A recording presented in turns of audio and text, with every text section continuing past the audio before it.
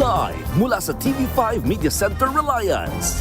Kasama ang buong puwersa ng News 5. Ito ang 28th KBP Golden Dove Awards at 13th Makatao Awards Best TV Newscast. Frontline Pilipinas! Pangulong Bongbong Marcos pinatunayang wala siyang malubhang sakit. I challenge anyone who are saying that I am sick, that they come and exercise with me. Tingnan natin kung sino mas malakas magbuhat ng weight. Nag-jumping jack sa harap ng media at nag-jogging pa sa labas ng Malacanang. Mahigit 20 pesos na rollback sa diesel bukas, mukhang saglit na ginhawa lang. Trump, pinahaharangan sa US Navy ang Strait of Hormuz matapos ang bigong peace talk sa Iran. Kalidad ng hangin sa Metro Manila, bumaba dahil sa nasunog na tambakan ng basura sa Navotas na hindi pa rin tuluyang naaapula. Mga bata at matatanda, pinag-iingat sa epekto ng maruming hangin. Sa pool sa video, isang taong gulang na bata pumailalim sa van na minamaneho ng tatay niya. Nakaligtas kaya siya? Eto na nga. Andrea Brillantes at Enrique Hill na bibida sa A Secret in Prague ni-reveal ang mga sikreto nila sa tunay na buhay. Eto pa nga, may mga magniningning sa May 5 dito sa TV5.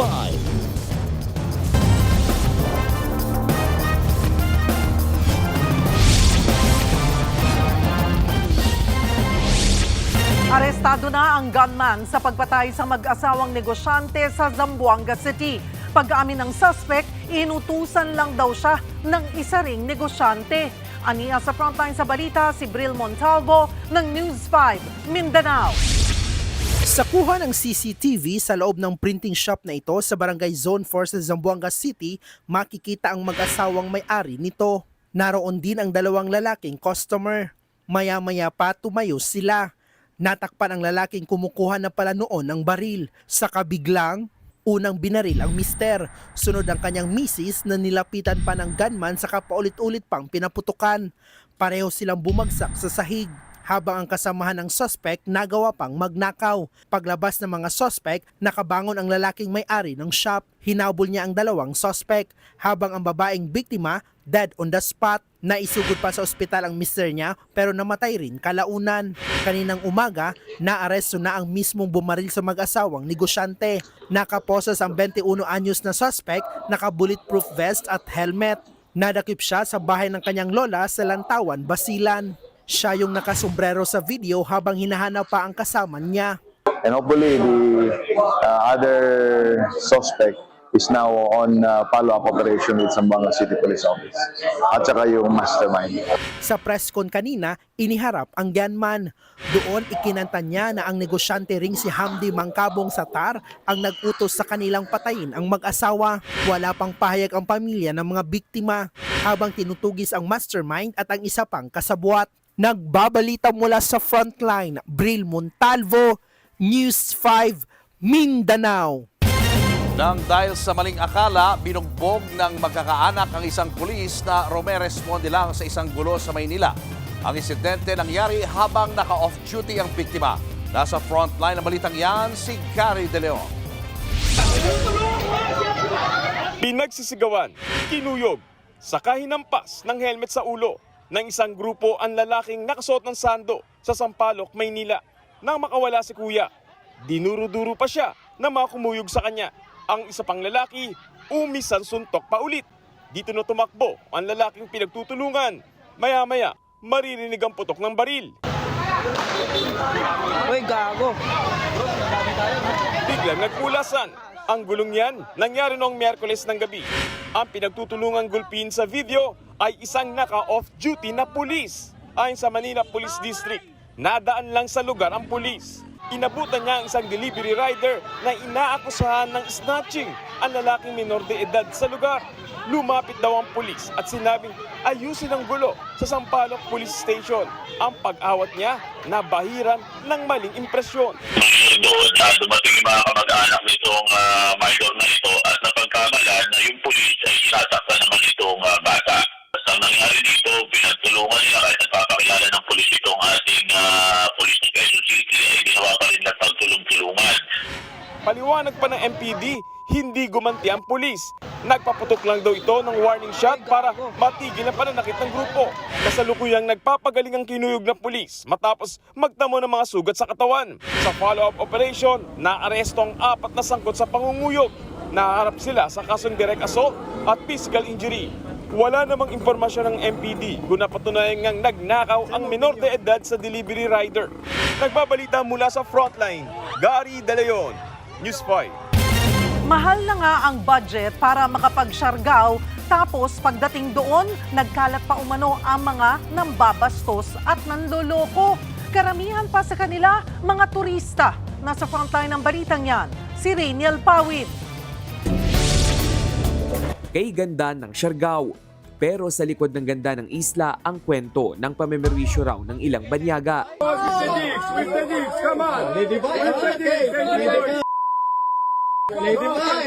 Dito lamang nakaraang linggo, nag-viral ang video na yan ng mga Israeli national na nakikipag-away sa grupo ng mga Pinoy sa isang bar. Base sa ilang local report, nagsimula ang gulo dahil sa diskriminasyon at pambabastos umano ng mga turista sa grupo ng mga LGBT. Bukod dyan, dumarami rin daw ang kaso ng panggagancho ng ilang foreign tourists. Kwento ni former Surigao del Norte representative at Siargao tourism supporter Bingo Matugas. Yung mga surfers natin na nagtututor, nagrereklamo din kasi may mga hindi naman Israeli lahat, but meron ding ibang turista na foreign tourist na after sila mabigyan ng tutorial, hindi sila nagbabayad. Madalas din umano ang away lalo kapag languna sa alak ang mga banyaga. Before Holy Week, merong grupo ng Israeli saka grupo ng Koreans nag-away. Kasi nga merong away sila, nagkalasingan, nagka-argue. So nag-away sila doon sa loob ng restaurant. Dahil sa mga insidenteng yan, muling nagpaalala ang lokal na pamahalaan ng General Luna sa mga turista. Iginiit ng LGU na dapat tumalima at respetuhin ng mga turista ang mga batas, gawi at ang komunidad. Ang sinumang mapatunayang lalabag pwedeng pagmultahin o mas malala, mapadeport. Nai-report na sa pulisya ang insidente at nagkaareglo ang dalawang panig. Samantala, nakamonitor na rin ang Bureau of Immigration sa mga ulat na marami ng foreign tourists ang overstaying sa Siargao. Nagsasagawa na raw ng pagsisiyasat sa dokumento ng mga turista. Noong 2023, nagsimula ang tourism rebound sa Siargao matapos ang pandemya. Umabot sa higit 250,000 turista ang bumisita sa isla. Nasa 54,000 dito, mga banyaga. Nagbabalita mula sa Frontline, Rainiel Pawid, News 5. Nag-jumping jack at nag-jogging pa nga si Pangulong Bongbong Marcos para patunayang maayos ang kanyang kalagayan. Kasabay niyan ang pagtatanggal ng Pangulo sa excise tax, LPG at kerosene. Live mula sa Malacanang, nasa frontline na balitang yan, si Maricel Halili. Maricel, ito ba ang paraan ni PBBM para tuldukan na ang mga chismis tungkol sa kanyang kalusugan? Tama ka, Julius. Ito nga yung naisip na paraan ni Pangulong Bongbong Marcos para tapusin na yung mga lumalabas na fake news tungkol sa kanyang kalusugan. Especially, lumabas pa yung usap-usapan na patay na raw si Pangulong Bongbong Marcos. So para pasinungalingan ng lahat na yan, kanina ginulat din kami ng Pangulo dahil mula doon sa may tanggapan, sa may guest house, naglakad siya papunta dito sa may gate 3 ng Malacanang, approximately nasa 100 to 200 meters. Ang layo na yan. Bago pa man siya pumasok dito sa mismong compound ng press working area, nag-jumping jack na siya sa labas. Tapos for the first time, pumunta siya sa press briefing area ng mga miyembro ng Malacanang Press Corps at bago siya magsalita, nagpakitang gilas uli ang Pangulo, nag-jumping jack. Nag-explain siya, ang sabi niya kasi, sa ngayon, talagang maayos naman yung kanyang kondisyong kalusugan. Katunayan, ang pinakahuling bisita daw niya sa ospital mga 2 to 3 months ago pa daw, nung pinapaklear niya pa yung kanyang health condition pagdating doon sa diverticulitis. Kaya nga nagpa-scan pa raw siya noon. Ngayon, ang iniinom daw niyang gamot para sa kanyang maintenance, 2 lamang daw. Yan ay para sa kanyang gout at para sa kanyang high blood. Maliban dyan, wala na raw siyang iniinom na ibang gamot dahil hindi rin daw siya naniniwala doon sa mga supplements. Ang ipinupursige raw talaga niya ay yung maayos na diet at exercise. Kaya nga pagkatapos nung kanyang press briefing, pagbibigay ng pahayag sa media, paglabas ni Pangulong Bongbong Marcos sa press briefing room, naglakad naglalakad ulit siya pabalik doon sa may Gate 4, sa may guest house na tinatawag dito rin sa Malacanang. Nag-jogging siya. Pinakita niya na maayos yung kanyang kalusugan. At pakinggan natin yung bahagi ng pahayag ni Pangulong Marcos. I don't want people to worry. I don't want people to think that really that there's a problem. Because sa dami ng problema natin na hinaharap, because of the war in the Middle East, sa dami ng hinaharap natin problema, that will be an additional problem of concern for our people.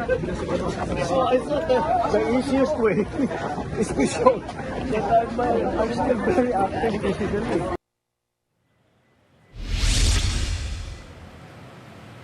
Actually, napasubo rin tayo, Julius, sa pagja-jogging kanina ni PBBM kasi kailangan natin siyang sabayan para kunan niya siya ng video materials. Pero ang sabi nga ni PBBM, 4 times a week daw siya nag-exercise, nagwe-weights daw siya, gumagamit din daw siya ng elliptical na machine, and then minomonitor niya yung kanyang heart to ensure na okay siya. Pero ang hamon niya doon sa mga nagbibintang na hindi okay yung kanyang kondisyong pangkalusugan, samahan daw siya sa gym.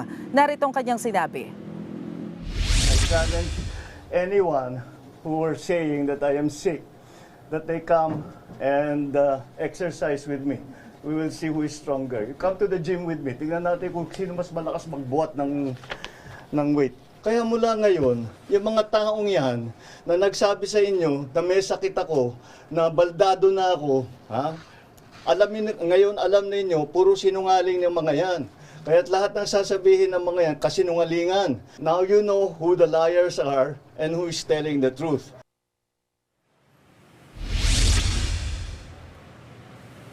Pero bago nga itong pagpapakita ni PBBM sa mga kasapi sa media, kanina nagsagawa rin ng press briefing si Palace Press Officer Undersecretary Claire Castro at dito niya naman sinagot yung video message na inilabas ni Presidential Sister Senator Amy Marcos. Doon kasi sa video message, sinabi ni Senator Amy na hindi niya nga alam yung tungkol doon sa medical records ni PBBM dahil matagal na silang hindi nakikita nito, pero ang alam niya nga ay may sakit ang Pangulo. Pero ang tugon dyan ni Yuse Castro, kung matagal na silang hindi nakikita, ano naman daw ang alam niya? Hindi naman niya direktang sinabi na salot si Senator Amy. Nilinaw pa nga ni Yuse Castro na hindi siya ang pinatutungkulan niya tungkol doon sa pagsasabi niya ng salitang ito. Ang pinatutungkulan daw niya ay yung mga nagkakalat ng fake news. Pakinggan natin ang magkasunod na pahayag ni Senator Amy at ni Yuse Castro.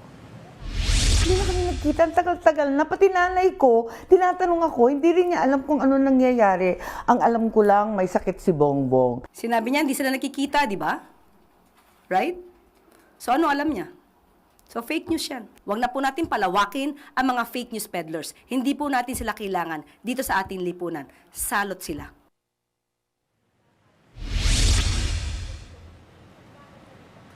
Pero alam mo, Julius, ang pinakang objective talaga ng pagsasagawa ng pahayag ni Pangulong Marcos kanina ay yung inaantabayan na natin na anunsyo tungkol nga dito sa excise tax sa petrolyo. Kanina, mismong si Pangulong Marcos ang nagsabi na ang tatapyasan muna o sususpindihin ng excise tax ay pagdating sa liquefied petroleum gas o yung LPG at sa kerosene.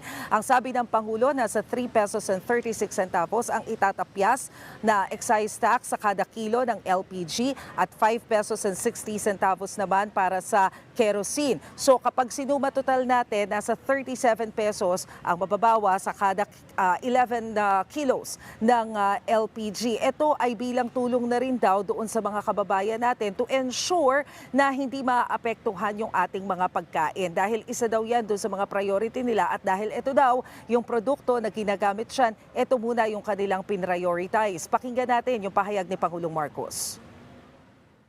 Ibig sabihin, magbababa ang gastos at sa pagluluto at sa araw-araw na pangangailangan. Malinaw ang proteksyon sa ating lokal na produksyon. Poprotektahan natin ang mga consumer, ang mga magsasaka at ng industriya.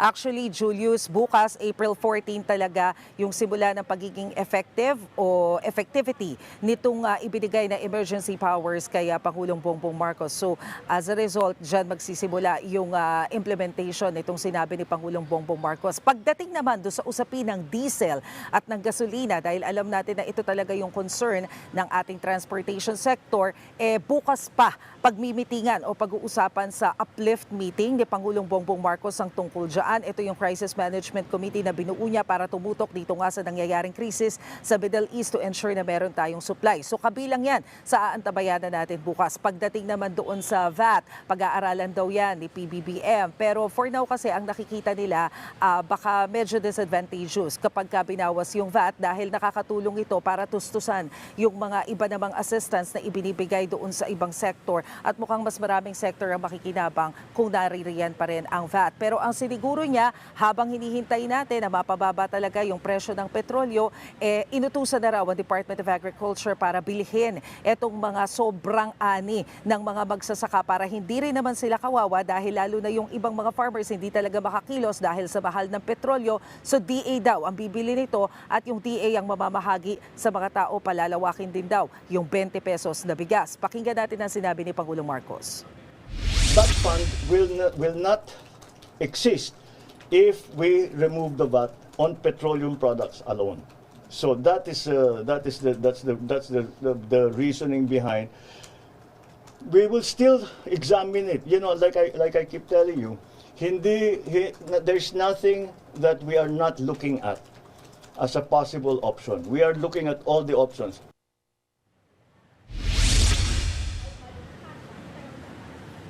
Yan muna ang latest mula dito sa Malacanang. Balik sa iyo, Julius. Maraming salamat, Maricel Halili. 20 pesos kada litro ang inaasahang rollback sa diesel simula po yan bukas, Martes. Halos 5 piso naman ang itatapya sa gasolina. Pero para sa mga tsuper, hindi yan sapat. Live mula sa Commonwealth sa Quezon City, nasa frontline ng balitang yan si Gerard de la Peña. Gerard, so magkano na yung magiging kabuuang presyo ng petrolyo bukas? Cheryl, alam mo, assuming na talagang 20 pesos ang tapya sa kada litro ng diesel, ito yung maglalaro na lang sa 130 hanggang 150 per liter. At ang gasolina naman, siguro ay nasa around 80 hanggang 95 pesos na yung range ito. Pero yun nga, ang problema kasi dito, ayon sa maraming mga transport groups, despite this napakalaking, malaki-laking tapya sa kada litro ng diesel, kulang pa rin daw yung ginagawa ng pamahalaan. I-roll back! Presyo ng langis! I-roll back! Presyo ng langis! Rollback ang panawagan sa protesta ng grupong Manibela sa Maynila. Yan ay kahit kahapon lang ay mismong si Pangulong Bongbong Marcos na ang nag-anunsyo ng 20 pesos sa tapyas sa kada litro ng diesel. 20 piso ang ibababa sa diesel. Ang gasolina naman may bawas na 4 pesos 43 centavos kada litro. Kerosene, 8 pesos 50 centavos kada litro ang ibababa. Malaking tulong ito lalo na sa ating mga drivers, mga commuter at sa bawat pamilyang Pilipino na araw-araw naapektuhan ng mataas ng presyo ng krudo. Kinwestiyon din ng Manibela kung bakit daw pa bago-bago ang presyohan sa rollback. Katakataka na wala silang eksaktong presyo nitong mga nakaraang araw kung magkano ang ibababa. May 250, may 350, may 8 pesos, may 6 pesos. Ibig sabihin, hinuhulaan nila kung saan kakagatin ng taong bayan. Kung saan hindi magagalit ang taong bayan. Bakit ngayon tumalon sa 20? Hindi po ba? Kasi yun po ang talagang kwentada natin. Dagdag pa ng Manibela, hindi pa rin sapat ang rollback, lalo't 5 linggo ang tuloy-tuloy na malakihang price hike. Kaya sa Miyerkules hanggang sa Biyernes, April 15 hanggang April 17, malawakang tigil pasada na naman ay kinakasa. Kasama ng Manibela ang grupong United Transport Alliance Nationwide at National Federation of Transport Cooperatives. Hindi lang daw yan sa Luzon, kundi pati sa Visayas at Mindanao, gaya ng Iloilo, Tacloban, Catarman, Catbalogan, Davao, Cagayan de Oro at marami pang iba. Sa Miyerkules naman ang simula ng pagpapatupad ng Service Contracting Program ng Department of Transportation. Ibig sabihin, babayaran ng gobyerno ang mga tsuper sa kada kilometrong takbo nila. Pero hindi naniniwala ang Manibela na magiging epektibo ito. Ang GPS device kasi na gagamitin para madaling makita kung gaano kahaba ang naibiyahe ng jeepney, ang mga tsuper at operator pa ang magbabayad. Mauuna pang kumita yung GPS provider. Habang kami nag-aabono sa diesel, driver ang naghihingalo. Ang binigyan ng discount, yung mga pasahero. Napakagandang programa. Nakakamatay. Pahirap. Marami rin daw problemang naiwan ng service contracting program na ipinatupad noon pang panahon ng pandemya. Katulad ng mga grupong hindi pa nababayaran. Ang sagot naman ng LTFRB dito, it's a separate policy na inimbestigahan natin. Pero hindi yan mangyayari dito sa administrasyon na ito. Kasi lahat ng pagkakamali, ito natin kulang, inaayos naman natin. handa naman ng DOTR sa epekto ng tigil pasada. Pero may panawagan sila sa mga sasali. Again, we're encouraging po at patuloy pa rin po yung pag-ugnayan sa transport group na sana wag nila ituloy.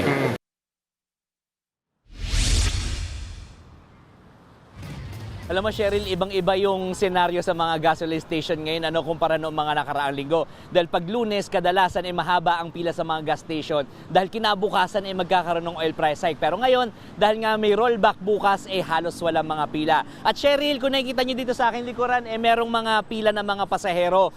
Kung kasali ang rutang ito doon sa mga magwewelga sa Miyerkules hanggang Biyernes, nako, siguradong maraming mahihirapang makasakay ng ganitong oras. Cheryl.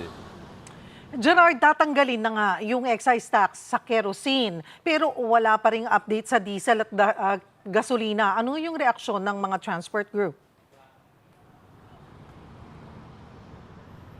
Alam mo, Cheryl, parang itong ang balitang ito ay nakadagdag dun sa tampo o dun sa sama ng loob ng grupong Manibela. Kasi para sa kanila, dapat daw sinabay-sabay na lang at wala na yung inuuna. So parang pasuspense pa kung magkakaroon nga ng ganito ring development para doon sa langis na sa diesel at saka sa gasolina. At sana nga raw talagang tuloy-tuloy na itong mabilisan itong pagtanggal ito dahil kumpara doon sa ibang mga pamahalaan na mas mabilis gumalaw, dito raw sa atin napakabagal naman ng pagkilos ng pamahalaan.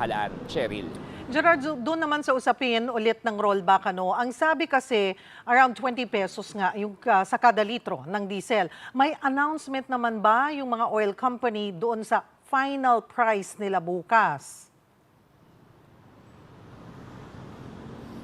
Cheryl, ang na-encounter ko lang na isang nag-announce ng kanilang prices para bukas, itong Shell. Medyo mas mataas pa nga kumpara dito sa in-announce ng pamahalaan. Ang kanila yata, if I'm not mistaken, ay nasa 23 pesos. Higher compared doon sa 20 na dineklara ng DOE. So, abangan natin yung announcement ng iba pang mga oil companies. Pero nauna na rin sinabi ni Secretary Gary na nag-agree naman daw ang karamihan sa mga oil companies na sundin itong in-announce silang mga rates para bukas. Cheryl. At pahabol, may dapat ba tayong asahang rollback sa mga susunod na linggo ngayong may tensyon na naman daw sa Strait of Hormuz sa kabilangan ng 2 linggong ceasefire? Nako, Cheryl, iyan yung mahirap sagutin kung ano mangyayari sa atin next week. Kasi yun nga, dahil nga dito sa latest development sa pagitan ng US and Iran, nagbago yung presyo ng langis sa international market. Kanina nagmo-monitor tayo, nitong weekend nag-monitor din tayo. Nitong weekend, ang presyo ng isang crude na ginagawang benchmark o basihan ng presyo sa international market ay nasa $95 or $96 per barrel. Pero simula ngayong araw na ito, umakyat ito ng around 7% to $104. So kung magtutuloy-tuloy ito, kung hindi man oil price hike ulit tayo sa susunod na linggo, baka pareho lamang o mas mababa na yung rollback natin. Hindi katulad na nakita natin ngayong linggong ito. Cheryl. Maraming salamat, Gerard de la Peña. Nag-sorry si Interior Secretary John Vic Remulla sa lalaking sinita dahil walang damit pang itaas habang naghahalo ng semento sa harap ng kanyang bahay. Aminado ang kalihim na hindi naging malinaw ang kanyang utos sa paghihigpit sa ordinansa. Nasa frontline ng balitang yan si Brian Castillo. Biyernes ng umaga ng Masapul, sa CCTV, ang lalaking ito na walang damit pang itaas sa isang eskinita sa Barangay Addition Hills, Mandaluyong City. Binubuksan niya ang isang sako ng semento nang magdatingan ang malabatalyong dami ng mga tauhan ng barangay at pulis. Pinalibutan nila ang lalaki na lumabag sa ordinansang bawal mag-topless. Ang ilang mga pulis may bit-bit pang rifle, natiketan at pinagmulta ang lalaki. Nakausap ng News 5 ang sinitang lalaki na itatago natin sa pangalang Wilson. Kwento niya, magsisimula na sana siyang mag-tiles sa kanyang bahay nang dumating ang mga sumita sa kanya. Naguba ako ng damit kasi basa-basa na yung sando ko eh. Paglingon ko ganyan, nagulat ako, marami ng pulis dito sa likod. Sinubukan pa raw ni Wilson na makiusap dahil nasa labas lang siya ng kanilang bahay pero hindi siya pinagbigyan. Matinding takot daw ang naramdaman niya at ilang araw siyang di makalabas ng bahay matapos ang insidente. Humihingi ngayon ng paumanhin si DILG Secretary John Vic Remulla kay Wilson. Plano ng kalihim na personal siyang puntahan para makapagpaliwanag at humingi ng pag-unawa. Aminado ang kalihim na mayroon silang mga pagkukulang sa pagpapatupad ng programang Safer Cities Initiative. It was my fault that I did not give clearer instructions on how to do the Safer Cities Initiative. Nagkulang po ako ron. Ang gusto ko lang po, ang tanging hangarin ko ay patahimikin yung mga kalye. Ngunit, dahil sa kakulangan ng aking paliwanag, ay kahit sino na lang basta walang t-shirt ay siyang dinampot. Ayon naman kay Wilson, wala naman siyang sama ng loob kay Remulla, pero hindi lang daw niya matanggap kung paano siya trinato ng mga otoridad. Tatrabaho ng maayos eh. Tapos makikita kang paligiran ka ng mga pulis, SWAT, nandyan sa likuran mo. Daig mo pang kriminal eh. Nagsagawa ng command conference ng PNP kasama si Remulla. Kabilang sa mga pinag-usapan ang mga pamantayan para sa tamang implementasyon ng programa. Dagdag pa ng kalihim, re-reviewin nila ang mga umiiral na patakaran kaugnay dito upang maiwasan na ang paninita ng walang konsiderasyon. Pati ang mga tauhan ng barangay na sumita sa viral video, gusto rin daw malinawan kung sino lang ba ang dapat nilang sitahin. Hindi, tama yun. Para naman malaman namin kung hanggang saan lang talaga ang dapat namin hulihin at saka ang dapat namin pagbigyan. Lalo na kung maganda naman ang pakiusap. Giit naman ni Remulla, tuloy pa rin ang Safer Cities Initiative. Hindi rin naman daw kalabisan ang simpleng paglabas ng bahay nang may maayos at disenteng kasuotan. Ang sando naman ngayon ay wala pang 50 pesos. Magsando man lang. Diba? Nagbabalita mula sa frontline, Brian Castillo, News 5. Bumaba ang kalidad ng hangin sa ilang bahagi ng Navotas at mga kalapit na lungsod at bayan. Bunsod yan ng sunog sa isang landfill na hindi pa rin tuluyang naaapula. Live mula sa Navotas, nasa frontline ng balitang yan si Ian Suyo. So Ian, gaano kakapal na usok pa ang nararanasan dyan ngayon?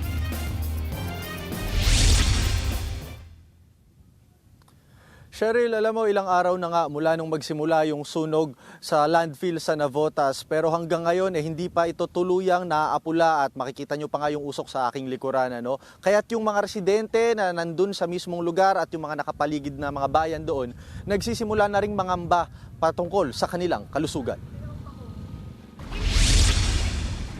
Idineklara ng Fire Under Control ng Bureau of Fire Protection o BFP ang sunog sa landfill sa Navotas kahapon, pero hindi pa maideklara ang fire out. May nagliliyab pa rin kasing apoy sa ilalim ng mga basura, dahilan ng patuloy na pag-usok. Ilang araw na ang nakalilipas mula noong magsimula yung sunog sa Navotas landfill, pero ngayon kitang-kita nyo pa rin yung kapal ng usok na bumabalot dito hanggang sa Malabon Mega Dike. Ayon nga sa mga nakausap nating residente, kinakailangan mo pa daw sumakay ng bangka para makatungo doon sa mismong pinangyayarihan ng sunog. Pero sa paghihintay natin, wala nang dumadaang mga bangka dito dahil ayon sa mga mangingisda, apektado na rin maging ang kanilang mga pamumuhay. Ang residenteng si Eliakim, napeperwisyo na raw ang kabuhayan at nangangamba na rin para sa kanyang kalusugan. Simula pa nung adjust yan, alas 5 ng hapon. Sa ngayon, medyo masama sa amin na kasi mausok at masakit sa ilong yung usok nila. Parang amoy plastic na yung nalalanghap. Saka wala na ganong namamasal dito. Wala ganong bibintahin sa pagtitinda dahil wala ganong pupunta na mga tao. Ganyan din ang daing ni Arvin na napilitang bumalik na lang sa bahay. Delikado raw kasing lumabas ngayon, lalo na para sa mga bata. Masakit sa puso, sir. Lalo kung may hika. Lalo mga asma. Lalo yung simoy ng hangin na yan. Marami ng pinipinsala. 4 days na yan ganyan. Sana mabigyan naman ng kaanuhan yung usok na para mawala. Kagaya sa matatanda, mga bata. Nananatiling bantay sarado ang kalidad ng hangin sa Metro Manila at Bulacan. Umabot na sa very unhealthy level ang air quality noong Sabado at Linggo dahil sa makapal na haze o usok. Kahit kasi bumaba na ito sa moderate ngayong umaga, nagbabala pa rin ang lokal na pamahalaan sa mga residente lalo't nagpapabago-bago pa rin ang Air Quality Index. Sa huling update sa Environmental Management Bureau AQI, nasa orange at red mark o unhealthy for sensitive groups ang kalidad ng hangin sa Navotas, Malabon at Quezon City. Ganyan din ang monitoring sa ilang bayan ng Bulacan, gaya ng Maykawayan, Marilao at Obando. Mahigpit na pinag-iingat sa paglabas ang mga bata, senior citizen, pati mga taong may sakit gaya ng hika. Sa panayam sa programang One Balita Pilipinas sa 1PH, sinisi ng Navotas LGU ang pamunuan ng landfill sa posibleng kapabayaan na humantong sa sunog. 2025 pa lang daw kasi ay sarado na ito at hindi na operational. Rubbish fire po, syempre mainit po ngayon yung panahon. Alam naman natin yung monitor natin lahat tayo yung heat index. So, siyempre, maraming plastic po dyan, mainit, so oxygen, so dyan nagsimula po yan.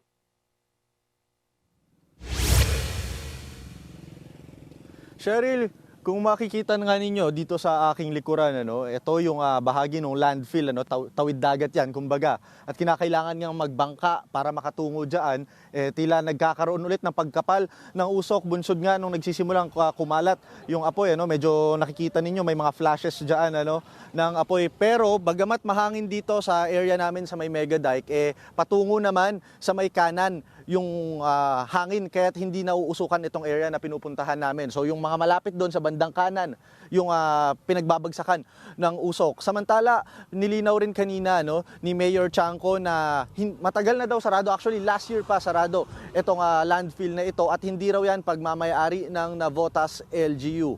Nakatakda rin daw silang magsagawa ng pagpupulong kasama ang DENR para matukoy ba talaga kung sino yung responsable sa insidenteng ito. Cheryl? May narinig na rin ba tayong pahayag doon sa dating operator nitong landfill na ito?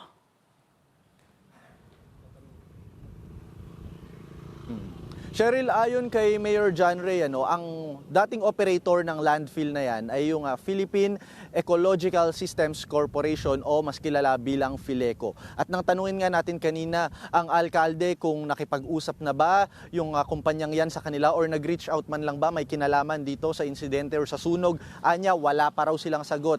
At ang makakaalam lang daw kung ano yung mga violations na posibleng nilabag nitong Fileco ay ang DENR. Yan muna ang latest mula dito sa Malabon. Cheryl? Maraming salamat, Ian Suyo. Binanatan ni Mayor Baste Duterte ang Marcos administration kasabay ng paglulunsad ng Rage Coalition. May buwelta naman dyan ang Malacanang. Nasa frontline ng balitang yan si Maricel Halili. Isang ulo lang naman ang kailangan namin, ang ulo ni Bongbong Marcos!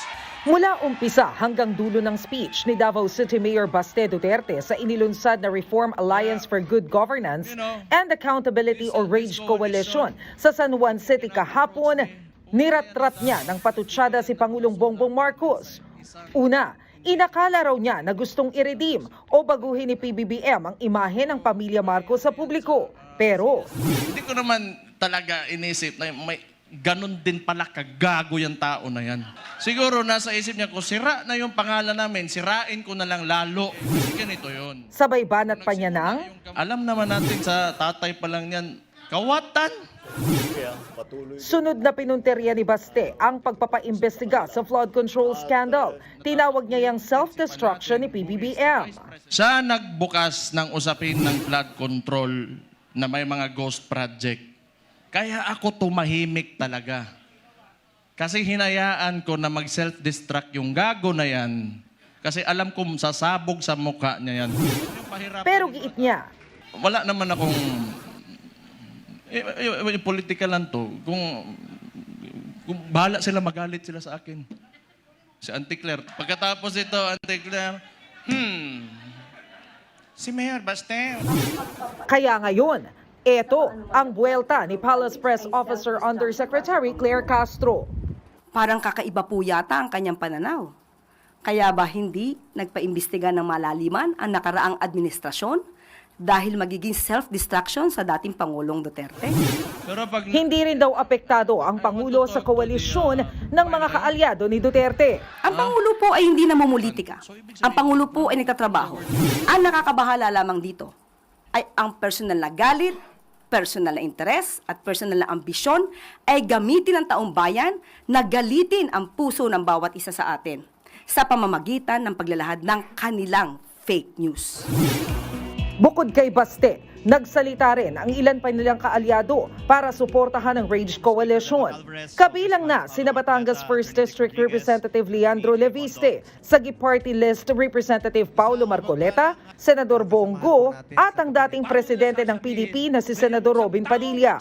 Bagamat layo ng coalition na ipanawagang tugunan ang mga problema ng bansa, kabilang na ang mahal na petrolyo, na isingit sa event ang panawagang Bring Him Home para kay dating Pangulong Rodrigo Duterte.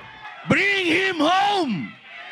Una nang sinabi ni Padilla na hindi panahon ng pamumulitika sa gitna ng krisis ng langis, pero may ipinahiwatig siya. Ang tagal ko pong dinasal nito. Dahil alam nyo, walang pinakamagandang mamuno sa atin kundi isang Duterte. Kung meron tayong future president na Inday Sara Duterte, magkakaroon din tayo ng future president pa na Baste Duterte. Present in spirit din si Senador Bato de la Rosa na absent sa Senado mula pa noong Nobyembre. Nagbigay siya ng audio message. Hindi tayo papayag na gamitin ang politika para patahimikin ang mga lider na tunay na naglilingkod sa bayan. Nagbabalita mula sa Frontline, Maricel Halili, News 5. Hindi raw natatakot si Pope Leo XIV kay US President Donald Trump sa kabila ng mga banat nito sa kanya. Sa isang interview, sinabi ng Santo Papa na hindi siya matitinag sa pagsasalita tungkol sa giyera sa Middle East. Hindi rin daw siya politiko at ayaw niyang makipagdebate kay Trump. Yan ang sagot ni Pope Leo sa mga banat ni Trump nitong weekend, kung saan tinawag siyang weak pagdating sa krimen at terrible sa foreign policy. Iginit pa ni Trump na wala naman talaga sa listahan noon para maging Santo Papa si Pope Leo, na italaga lang umano ito dahil sa kanya. I will not shy away from announcing the message of the gospel, to put my message on the same plane as what the president has attempted to do here. I think is not understanding what the message of the gospel is.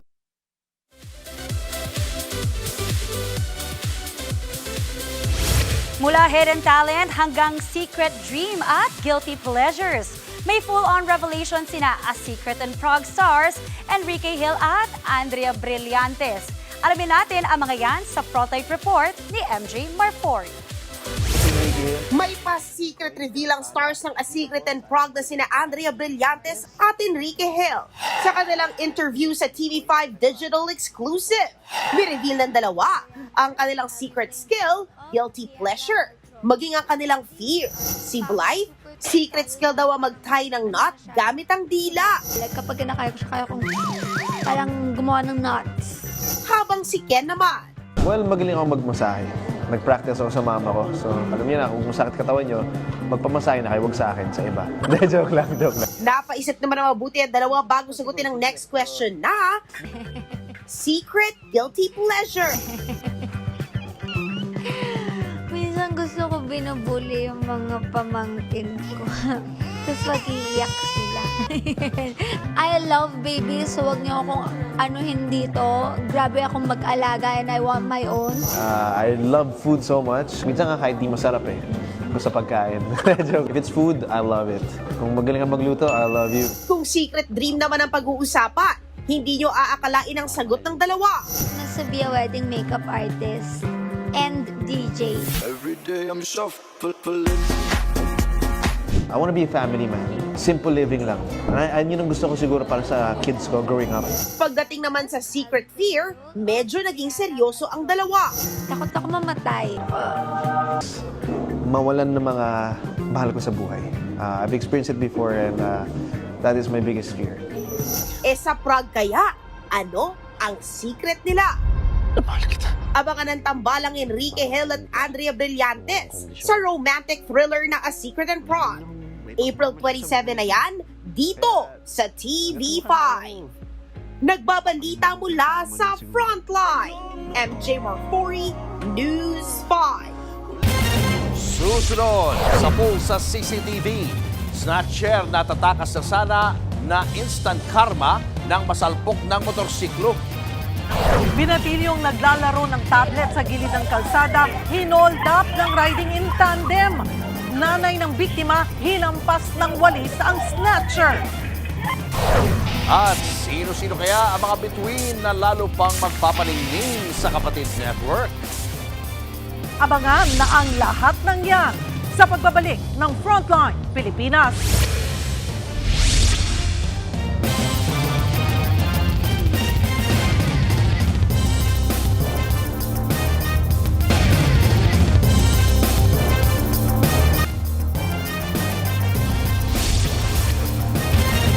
Kapatid, abay parang nakalibre sa outing ang ilang residente sa Tondo, Maynila kanina. Nagmistulang swimming pool ang kalsada dahil sa nabutas na tubo. Pero kung may mga natuwa, marami ring naperwisyo. Nawalan kasi ng tubig ang ilang bahay. Ang buong detalye, kaugnay niyan, alamin sa pagbabalik ng Frontline Pilipinas. Diyan lang po kayo, mga kapatid. Mga kapatid, Julius Babaw po, nasa Middle East o saan mang dako ka ng mundo, manatiling may alam at may pakialam sa mga mainit na balita dito sa ating bansa. Simulan po natin ang bawat araw sa tuloy-tuloy na balitaan sa Frontline. Mag-follow at mag-subscribe sa social media pages ng News 5.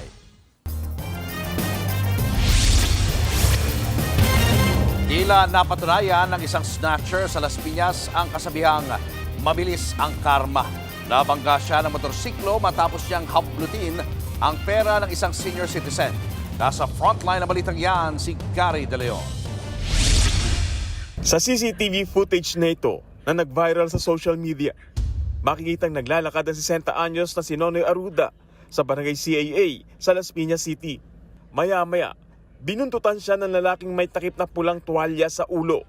Pagkalapit, bigla nitong hinablot ang hawak na pera ni Mang Nonoy. Pero tila mabilis ang karma. Tatawid sana ang snatcher para tumakas nang masalpok ng paparating na motorsiklo.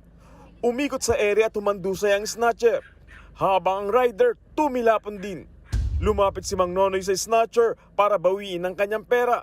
Humabol din siya ng suntok at sipa sa snatcher. Kwento ni Mang Nonoy, hawak daw niya ang 1,000 piso na pambili ng pagkain nang mangyari ang pagnanakaw.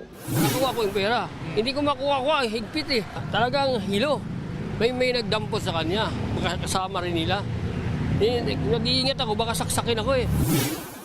Tumanggi na raw magpadala sa ospital ang rider. Di na nakita sa video pero muli raw nasagin ng isang taxi ang snatcher nang tumawid sa kabilang kalsada. Agad daw nagpa-blatter si Mang Nonoy at ngayon hawak na ng mga pulis ang suspect. Na ospital daw, hindi na pinunta namin sa ospital ng pulis. Wala naman doon. Pala na dito yata sa bahay nila sa Artines, dampot kagabi. Sinampahan ng kasong robbery snatching ang suspect. Nagbabalita mula sa Frontline, Gary De Leon, News 5. Pansamantalang nawala ng supply ng tubig ang ilang residente sa Tondo, Maynila dahil sa pumutok na tubo. Ang iba sinamantala ang pagkakataong maligo gamit ang tumagas na tubig. Nasa Frontline ng balitang yan, si Carol De Asa. Animoy eksena tuwing tag-init ang nakuna ng videong ito sa may Tondo, Manila. Pero hindi ito wave pool o kuha sa resort, kundi nabutas na tubo. Pumutok kasi ang tubo na may nilad na yan Sabado ng gabi. Kaya ang mga residente sinamantala ang tumatagas na tubig. Dahil dyan, nawala ng supply ng tubig dito sa Barangay 74. Nung nakita po namin tumaas na yung tubig, naligo po kami. Ako, unang-una po akong naligo. Tapos bigla pong tumaas yung baha, halos pinasok kami. Kaya hindi po kami makatulog hanggang ngayon. Maingay po kasi, kaya sobrang ingay po kasi kaya hindi po makatulog na maayos. Maliit pa lang yung butas. Tapos later on, tumatagal hanggang siguro 12 noon. Bumulwak na yung tubig na ganyang kataas. Actually, sila, testigo buhay, pinakita ko sa kanila. Nagkaroon ng parang maliit na swimming pool na kalakas na tubig, umabot na hanggang dito, tapos nagigib na yung mga tao. Sa pagronda ng News 5 sa lugar, mayroong nagpaigib ng tubig na isang fire truck para may magamit ang ilang residente. Ang Maynilad, tuloy-tuloy ang naging trabaho para matapos kaagad ang pagkukumpuni. Natapos naman ito kaninang alas 2:30 ng umaga. Unti-unti na raw bumabalik ang tubig sa mga naapektuhang barangay. At inaasahang full service na ang mga ito mamayang alas 11 ng umaga. Nagbabalita mula sa Frontline, Carol De Asa, News 5.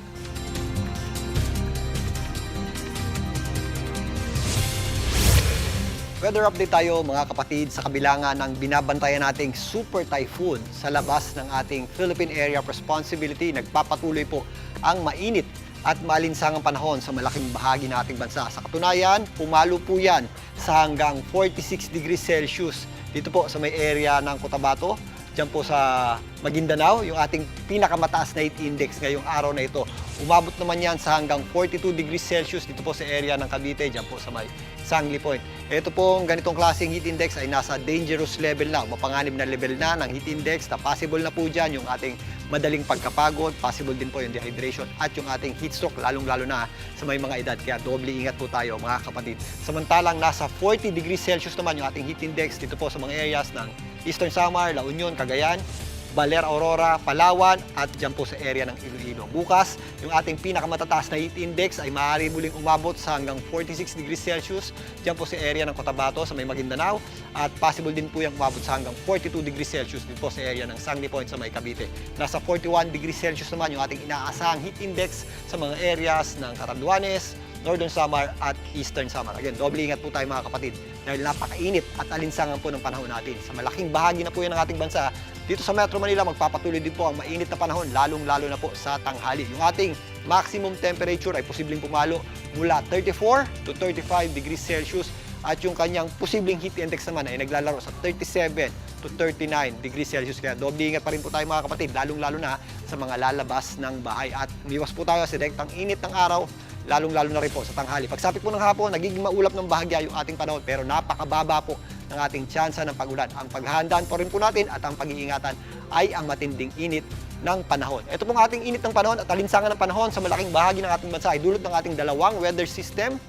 Yung ating ridge ng high pressure area ay nag-i-extend dito sa Northern Luzon at yung ating easterlies naman ang nakaka-apekto sa natitirang bahagi ng ating bansa.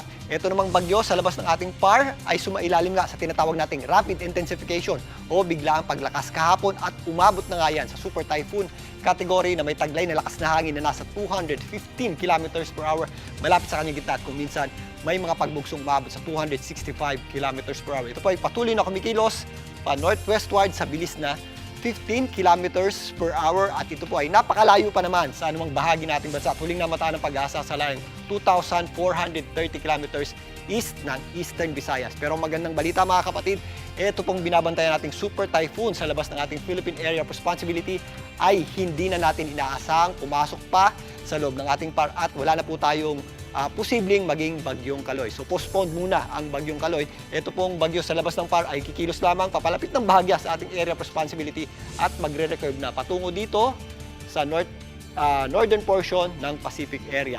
Kaya sa mga susunod na araw at sa mga susunod na linggo, asahan pa rin po natin ang matinding init at alinsangan ng panahon. Sa katunayan, yung ating pinakamataas na heat index ay naitatala pa natin sa huling bahagi ng Abril hanggang unang bahagi ng Mayo. Kaya mag-ingat pa rin po tayo, mga kapatid, lalong-lalo na sa matinding init ng panahon. At yan muna ang latest sa ating lagay ng panahon. Muli ako po ang inyong weather frontliner, Alvin Pura, na laging may panahon para sa iyo.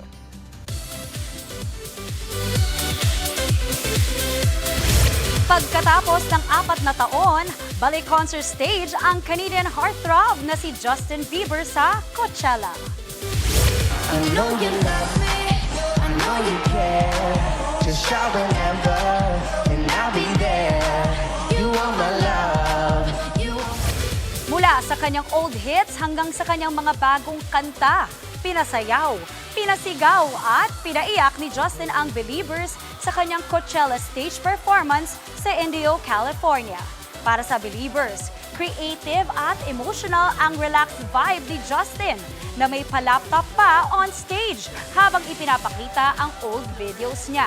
Para naman sa ilan, kulang sa pop superstar flavor at energy ang show. Gayunpaman, dinagsa pa rin ng fans at celebrities ang show ni Justin. Kabilang sa mga spotted ay sina Katy Perry at former Canadian Prime Minister Justin Trudeau. Susunod, binatilyong naglalaro ng tablet sa gilid ng kalsada, biniktima ng snatcher na riding in tandem. Nanay ng biktima to the rescue. Magtakas ng mga hold-upper na nanloob ng pawn shop sa pool sa CCTV. At Pinay tennis ace Alex Ayala makakaharap na si Filipino-Canadian star Leila Fernandez sa unang pagkakataon. Yan at iba pa sa pagbabalik ng Frontline Pilipinas.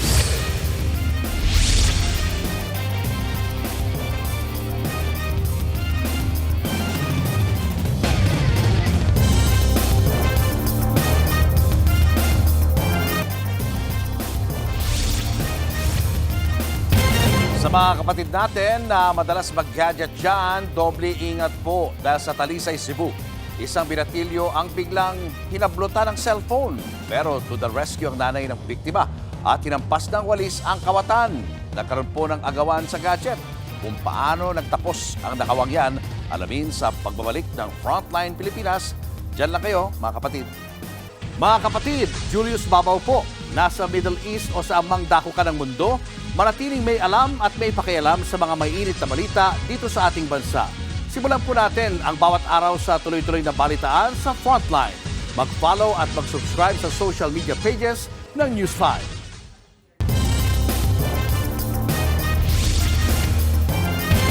Hinablot ng snatcher na riding in tandem ang tablet ng isang binatilyo sa Talisay City, Cebu. Gamit ang walis tingting, abay to the rescue naman ang nanay ng biktima. Naasa frontlining balita si John Aroa ng News 5 Visayas. Alas 5 ng madaling araw, nagwawalis sa kalsada si Nanay Milgris Galido sa Talisay City, Cebu. Kasama niya kanyang 14 anyos na anak na may dalang tablet. Maya-maya, dumating ang riding in tandem. Hinablot ng backride ang gadget ng binatilyo. To the rescue naman si Nanay Milgris na agad dinampas ng walis tingting ang suspect. Hindi na nahagip sa CCTV ang mga sumunod na eksena. Pero nag-agawan sa tablet ang mag-ina at ang mga suspect. Sinagsak pa raw ng ice pick ang binatilyo pero hindi napuruhan dahil nasa lagamit din ang tablet. Si Nanay Milgris naman, tinadyakan pa raw ng rider. Sa huli, nakuha ng mga suspect ang tablet. Sa follow-up operation ng mga pulis, naaresto kanina ang isa sa mga suspect. Hinahanap pa ang kanyang kasabwat na pag-alaman namang si Nanay Milgris ay nagtatrabaho bilang tagawalis sa kalsada. Sinama niya raw ang anak para picturean at may maipakitang resibo ng kanyang pagtatrabaho. Sinabihan ko yung anak ko, anak, ihanda mo ng tablet mo at kunin mo ako ng litrato dahil marami na tayong naipong basura na ilalagay sa sako para makita na may nalinis talaga ako. Pero dahil sa nangyari, nag-resign na si Nanay Milgris. Nangako naman ang LGU ng tulong pinansyal para sa mag-ina, habang ang naarestong suspect maharap sa kasong robbery. Nagbabalita mula sa Frontline, Janarua, News 5, Visayas! Hinold up ng mga armadong lalaki ang isang sanglaan sa loob ng isang mall sa Davao City. Agad rumesponde ang mga pulis pero hindi na nila naabutan ng 4 na suspect. Inaalam pa ang kabuang halaga ng mga tinangay na alahas. Posible mo ng isang organized crime group ang nasa likod nito o isang inside job. Patuloy pa rin ang investigasyon dito. Sa Kidapawan City naman, na-hold up din ang isang pawn shop nitong Sabado. Abot sa 13 million pesos ang halaga ng mga ninakaw na alahas. Nasa pool sa video ang 6 na salarin na tumakas sakay ng 2 motor. Patuloy pa rin ang investigasyon dyan at pagtugis sa mga suspect.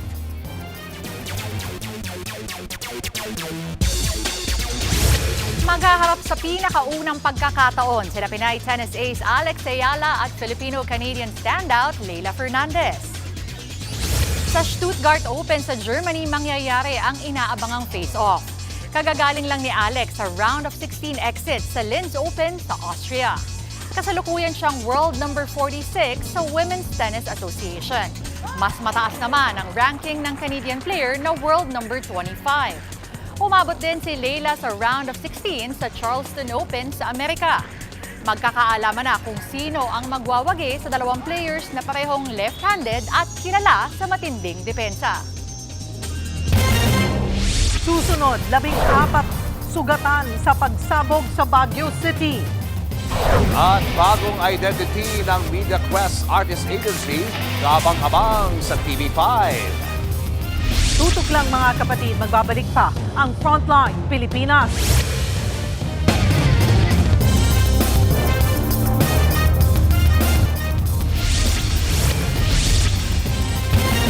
Mga kapatid, hinagisan ng pampasabog ang isang establishment sa Baguio City.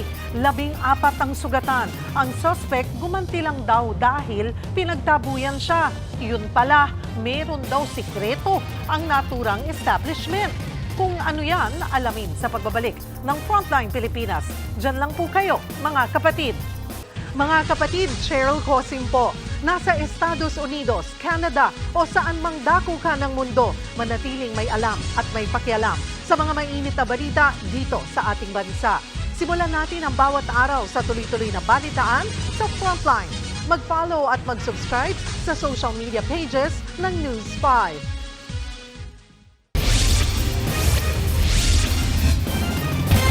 14 ang sugatan matapos hagisan ng pampasabog ang isang kainan sa Baguio City. Ang suspect na bad trip daw dahil binugbog at pinagtabuyan siya. Narito ang Frontline Report. Ang lalaking yan sa barangay Lower Magsaysay sa Baguio City may sinindahang pampasabog, bumuelo, saka ito inihagis. Pagkatapos ay dali-daling umalis. Hindi na nakuhanan sa CCTV pero nagulantang ang mga residente. Malakas po yung pagsabog. Nagulat lang kami. Sa lakas ng impact, nabutas ang bubungan ng isang establishmento. Nagkabasag-basag din ang salamin ng isang paupahan. Ang masaklap pa, kita ang mga patak ng dugo sa kalsada mula sa 14 na nasugatan. Kabilang dyan si Chris Doctolero. Nung tinignan namin, walang tao. Nung pumasok kami, nung bumalik na kami doon sa loob, biglang may sumabog. Base sa investigasyon, isa palang minero ang 32 years old na suspect. Hinagisa niya ng improvised explosive device nang mabad trip siya dahil pinalabas daw siya ng mga tauhan ng naturang establishmento. Sabi ng suspect, binugbog daw siya kaya bumalik siya. Pagbalik niya, may dala na siyang IED, nakakabahala yung mga ganito, yung paggamit ng, para kang magpaganti ka sa isang tao, ay gagamit ka ng explosive. Sa pagsisiyasat ng Baguio City Police, napag-alamang rehistrado ang establishment bilang kainan, pero ginawa raw itong pasugalan, bagay na itinanggi naman ng ilang empleyado. Pero kahit daw si Mayor Benjamin Magalong, alamang tungkol sa pasugalan. Nagbigay na ako ng instruction dyan sa Philippine National Police, tapahintuin na yung mga yan. Sa ngayon, nakakulong na ang suspect at mahaharap sa mga kaso. Nagbabalita mula sa Frontline, Faith Tobias, News 5.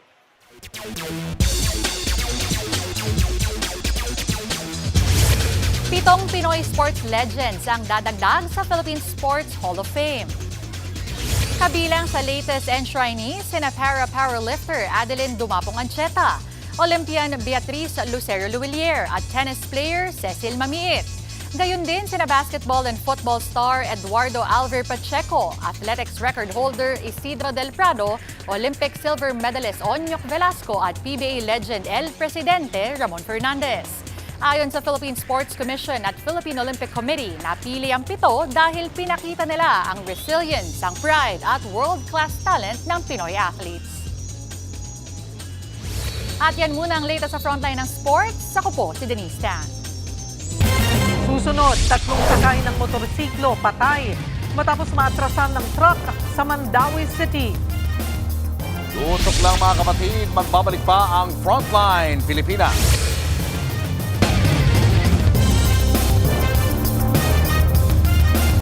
Mga kapatid, Cheryl Cosim po. Nasa Estados Unidos, Canada o saan man dako ka ng mundo, manatiling may alam at may pakialam sa mga maiinit na balita dito sa ating bansa. Simulan natin ang bawat araw sa tuloy-tuloy na balitaan sa Frontline. Mag-follow at mag-subscribe sa social media pages ng News 5.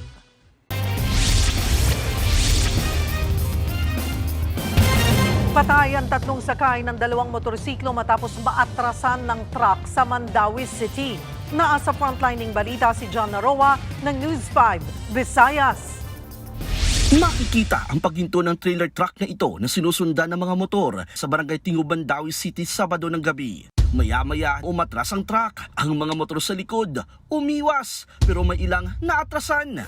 Sumaklolo ang mga tao sa lugar. Agad namang dumating ang mga rescuer para makuha ang mga pumailalim na sakay ng motor. Dahan-dahan silang kinuha mula sa pagkakaipit, saka isinakay sa ambulansya at isinugod sa ospital. Pero namatay ang mag-live-in partner na sina Marvin Dayua at Adeline Mimidiana. Patay din ang angkas ng isa pang motorsiklo. Sa investigasyon ng Mandawi City Police, nawala ng brake ang truck. Kwento ng anak ni na Marvin at Adeline, pauwi na ang kanyang mga magulang na mangyaring aksidente. Wala kayo ako, anong na-shock me. Hantun sa karon sila sakit kayo.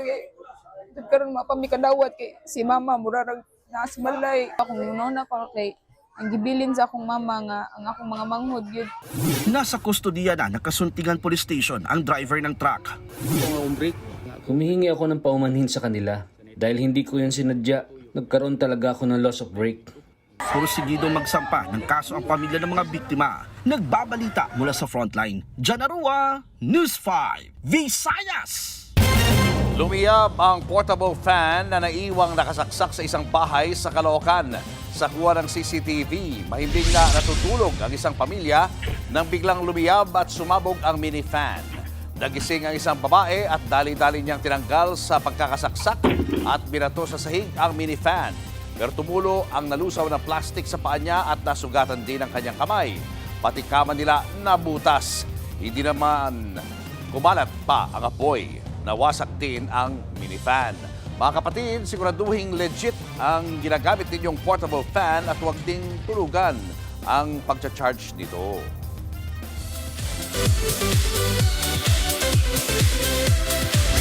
The stars will align ngayong May 5 sa TV5.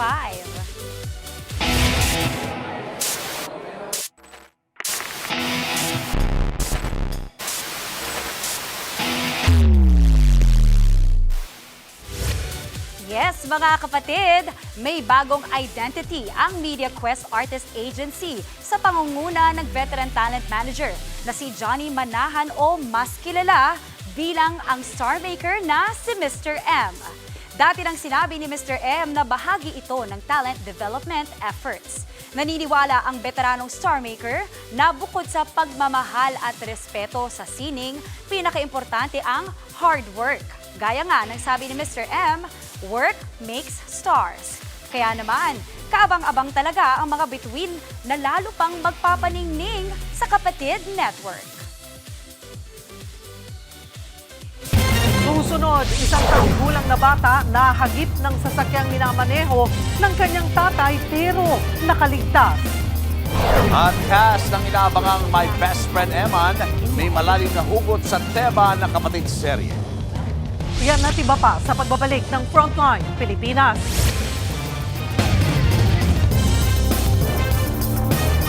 Mga kapatid, Julius Babaw po, nasa Middle East o saan mang dako ka ng mundo, manatiling may alam at may pakialam sa mga mainit na balita dito sa ating bansa. Simulan po natin ang bawat araw sa tuloy-tuloy na balitaan sa Frontline. Mag-follow at mag-subscribe sa social media pages ng News 5. Mukhang malakas sa kanyang guardian angel ang isang taong gulang na batang pumailalim sa sasakyan pero himalang nakaligtas. Kita sa video ang naglalakad na batang yan sa Hengyang, China. Nakarating siya sa blind spot ng van nang bigla itong umandar. Pumailalim ang bata pero hindi siya nagulungan. Napagalaman ang kanyang tatay ang driver ng van. Ligtas na ang bata bagamat nagtamo siya ng galos sa ulo.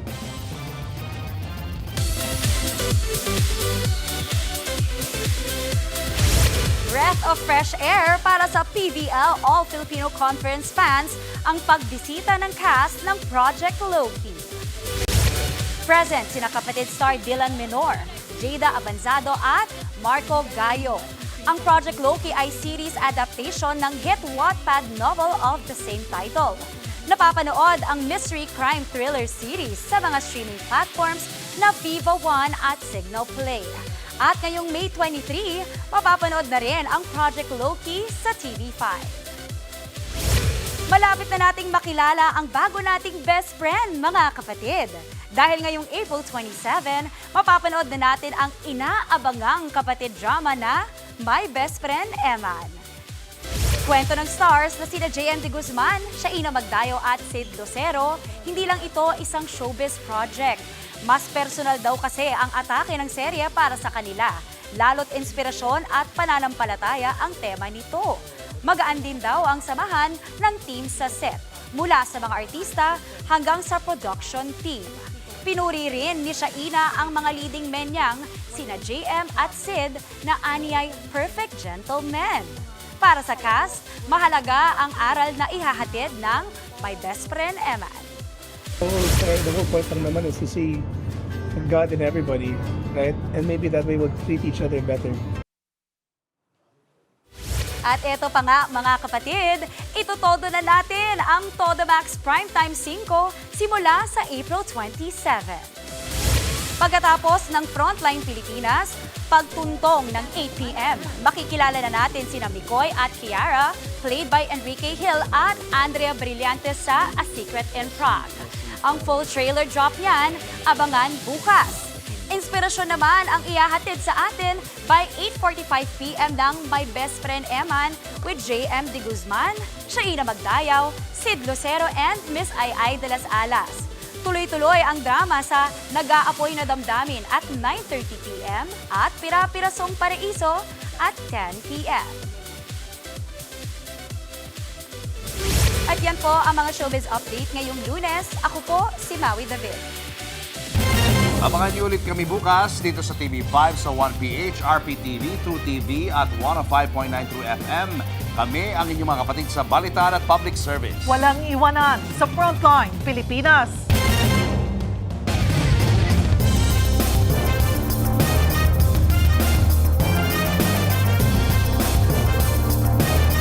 Mga kapatid, Cheryl Cosim po. Nasa Estados Unidos, Canada o saan mang dako ka ng mundo, manatiling may alam at may pakialam sa mga mainit na balita dito sa ating bansa. Simulan natin ang bawat araw sa tuloy-tuloy na balitaan sa Frontline. Mag-follow at mag-subscribe sa social media pages ng News 5.